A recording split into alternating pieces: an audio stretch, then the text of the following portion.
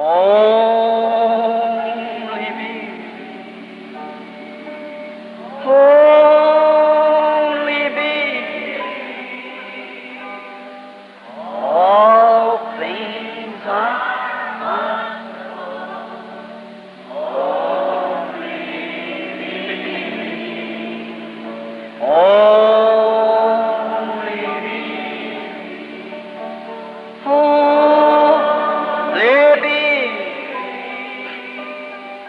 All things are only.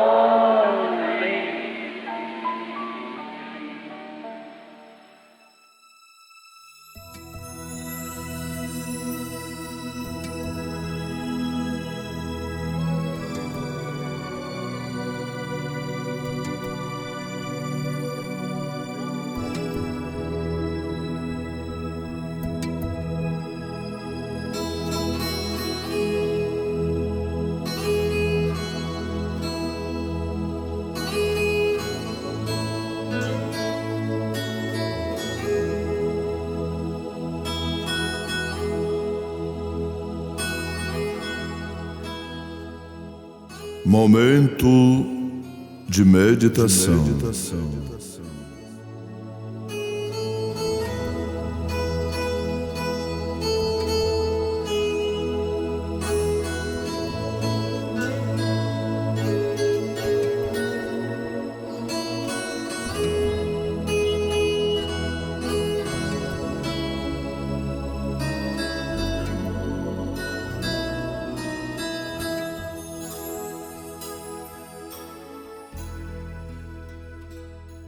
Quem tem ouvidos, ouça o que o Espírito diz às igrejas.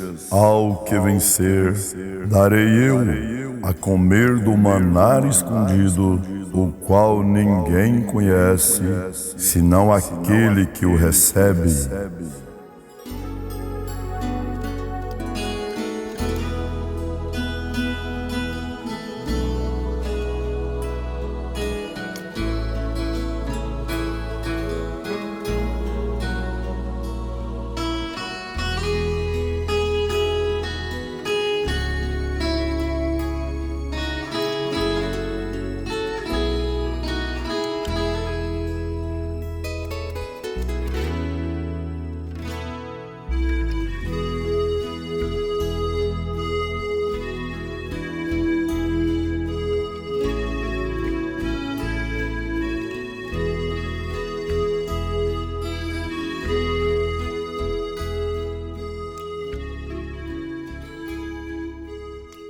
As recompensas.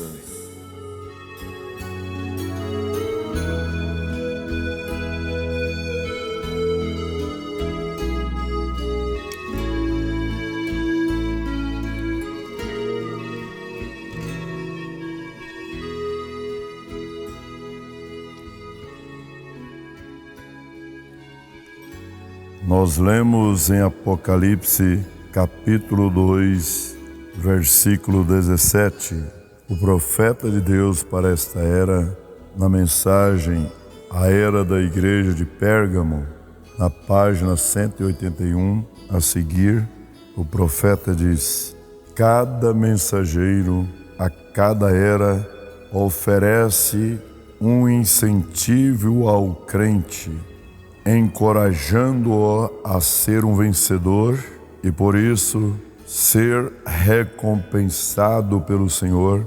Nesta era, o Espírito está prometendo um maná escondido e um novo nome escrito numa pedra branca. Ora, uma vez que cada uma destas mensagens é dirigida ao anjo, mensageiro humano, uma grande responsabilidade, bem como um privilégio maravilhoso, é o seu quinhão.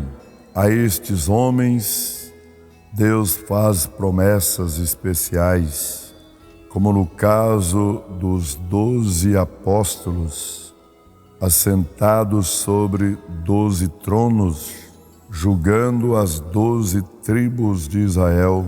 Além disso, lembre-se que a Paulo foi dado uma promessa especial, a de apresentar a Jesus o polvo da noiva de seu dia, segundo aos Coríntios 11:2. Porque estou zeloso de vós, com o zelo de Deus, porque vos tenho preparado para vos apresentar como uma virgem pura ao marido, a saber, a Cristo. Assim será com cada mensageiro que tem sido fiel à palavra da sua hora e sua era. Será assim no último dia, será a mesma recompensa especial que foi dada a Paulo. Eu creio que a maioria de vocês se lembra que eu disse que a maioria de vocês se lembra que eu disse que sempre tinha tido medo de morrer, receando que fosse encontrar o Senhor e Ele não se agradasse de mim, porquanto tinha falhado com Ele tantas vezes. Bem, eu estava pensando nisso uma manhã, enquanto estava reclinado na cama e de repente fui arrebatado numa visão muito peculiar. Eu digo que era peculiar porque já tive milhares de visões e nenhuma vez me pareceu deixar meu corpo. Porém, aí eu fui arrebatado e olhei para trás para ver minha esposa e vi o meu corpo ali reclinado ao seu lado. Então me encontrei no mais belo lugar que já vi. Era um paraíso. Eu vi multidões de pessoas, as mais belas e felizes que já vi. Todos pareciam tão jovens, cerca de 18 a 21 anos de idade. Não havia um cabelo grisalho, ou uma ruga, ou qualquer deformidade entre eles. As jovens tinham todas cabelos até a cintura, e os jovens eram tão vistosos e fortes. Oh, como eles me receberam com alegria! Eles me abraçavam e me chamavam de querido irmão, e continuava dizendo quão felizes estavam em me ver, enquanto eu pensava comigo mesmo quem era toda aquela gente. Uma ao meu lado disse: eles são o teu povo. Eu estava tão surpreso que perguntei: todos esses são Brana? Ele disse: não, são teus convertidos. Ele então apontou para uma senhora e disse: você vê aquela jovem dama que você estava admirando há um momento? Ela tinha 90 anos de idade quando você a ganhou para o Senhor. Eu disse: oh, que coisa! E pensar que era disto que eu estava com medo. O homem disse: estamos descansando aqui enquanto esperamos a vinda do Senhor. Ele disse: você não pode vê-lo ainda, mas ele vem em breve, e quando fizer, ele virá primeiro a você, e você será julgado de acordo com o evangelho que tem pregado, e nós seremos seus subordinados. Eu disse: você quer dizer que eu sou responsável por todos estes? Ele disse: cada um, você nasceu um líder? Eu lhe perguntei: cada um será responsável? Que me diz de São Paulo? Ele me respondeu: ele será responsável por seu dia. Bem, disse eu, tenho pregado o mesmo evangelho que Paulo pregou. E a multidão clamou: estamos descansando nisso. Sim, posso ver que Deus vai dar uma recompensa especial aos seus mensageiros que têm se desincumbido fielmente da responsabilidade que Ele colocou sobre eles. Se eles receberam em seu dia e viveram o que pregaram, eles receberão uma grande recompensa. Agora, com este pensamento em mente, examine novamente o versículo. Eu lhes darei o maná escondido. Todos nós sabemos que o maná era alimento angélico, era o que Deus fazia descer sobre a relva para Israel no tempo de suas peregrinações. Era um alimento perfeito, era admirável como aquelas pequenas bolinhas de alimento mantinha-nos em perfeita saúde. Ninguém ficava doente, era tudo o que eles precisavam. Quando a arca foi feita, eles puseram um pouco daquele maná dentro dela. Então a arca foi posta atrás do véu e somente o sumo sacerdote ousava aproximar-se dela, e além disso, tinha que ter o sangue sacrificial. O pão do céu, simbolizado pelo maná, um dia desceu do céu e tornou-se vida. Eu sou o pão vivo que desceu do céu. Se alguém comer deste pão, viverá para sempre. Quando ele foi-se embora, nos deixou sua palavra. Nem só de pão viverá o homem, mas de toda a palavra que sai da boca de Deus. Sua palavra era pão, era o maná perfeito, o qual, se alguém viver dele, nunca morrerá. Mas logo após a morte dos pais, ninguém parecia conhecer a exata verdade, e em pouco tempo este maná parecia ter ficado escondido do povo.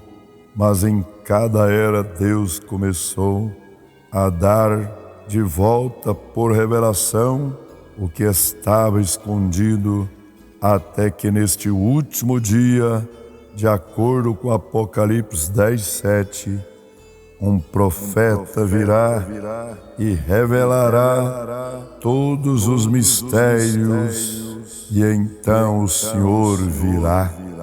Agora, em cada era, digo, os mensageiros receberam verdade escondida, porém eles não a receberam somente para si mesmos, mas é como aconteceu quando os discípulos foram convidados para servir pães e peixes às multidões.